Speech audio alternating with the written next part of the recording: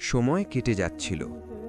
রাশেদের জীবনে এখন নিয়মিত নামাজ, কুরআন তিলাওয়াত আর হালাল রুজির ব্যস্ততা। দোকানদার চাচা তাকে নিজের ছেলের মতো ভালোবাসতেন। গ্রামের মানুষও ধীরে ধীরে তার উপর ভরসা করতে শুরু করল। কিন্তু রাশেদের মনে একটা কষ্ট রয়ে গেল। সে ভাবত, আমি এত মানুষকে খারাপ পথে নিয়ে গেছি, এখন কি কাউকে ভালো পথে আনতে পারব? একদিন সেই যুবক যে আগে তার সাথে খারাপ কাজে জড়িত ছিল, নাম তার সোহেল, দোকানে এলো। সোহেল বলল, তুই সত্যি বদলে গেছিস নাকি অভিনয় করছিস? রাশেদ মুচকি হেসে বলল, আমি অভিনয় করতে করতে ক্লান্ত, এখন সত্যিকারের জীবন চাই। সোহেল হেসে উড়িয়ে দিল, কিন্তু রাশেদ তাকে ছাড়ল না। চল একবার মসজিদে যাই।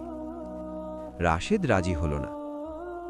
রাশেদ প্রতিদিন সোহেলের খোঁজ নিত, ভালোভাবে কথা বলতো, তার কষ্টের কথা শুনত। একদিন সোহেল কাঁদতে কাঁদতে বলল, আমার জীবনটা নষ্ট হয়ে গেছে।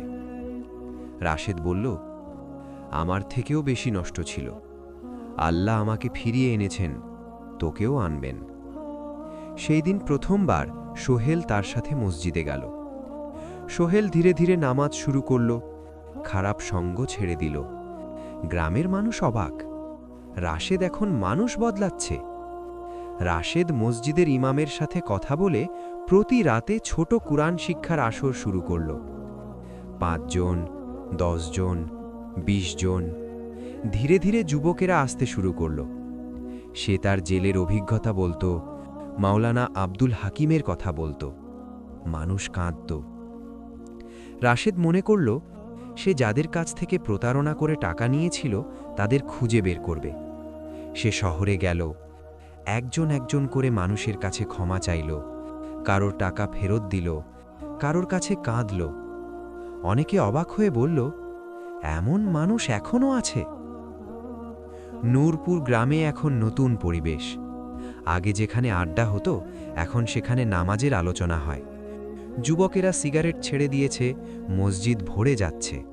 সবাই বলছে, একজন মানুষের পরিবর্তন পুরো গ্রাম বদলে দিল। একদিন তার বাবা তাকে বললেন, বাবা, তুই আজ আমার গর্ব। রাশেদের চোখ ভিজে গেল। সে মনে মনে বলল, হে আল্লাহ, আপনি আমাকে অপমান থেকে সম্মানে এনেছেন।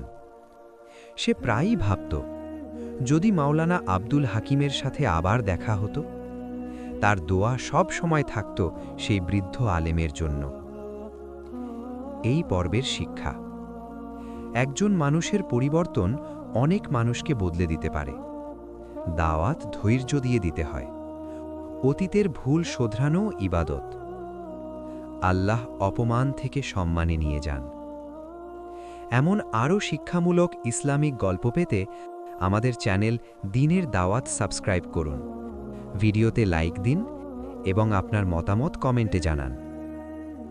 পরবর্তী পর্ব আসবে আগামীকাল, আমাদের সাথেই থাকুন। আসসালামু আলাইকুম ওয়া রাহমাতুল্লাহ।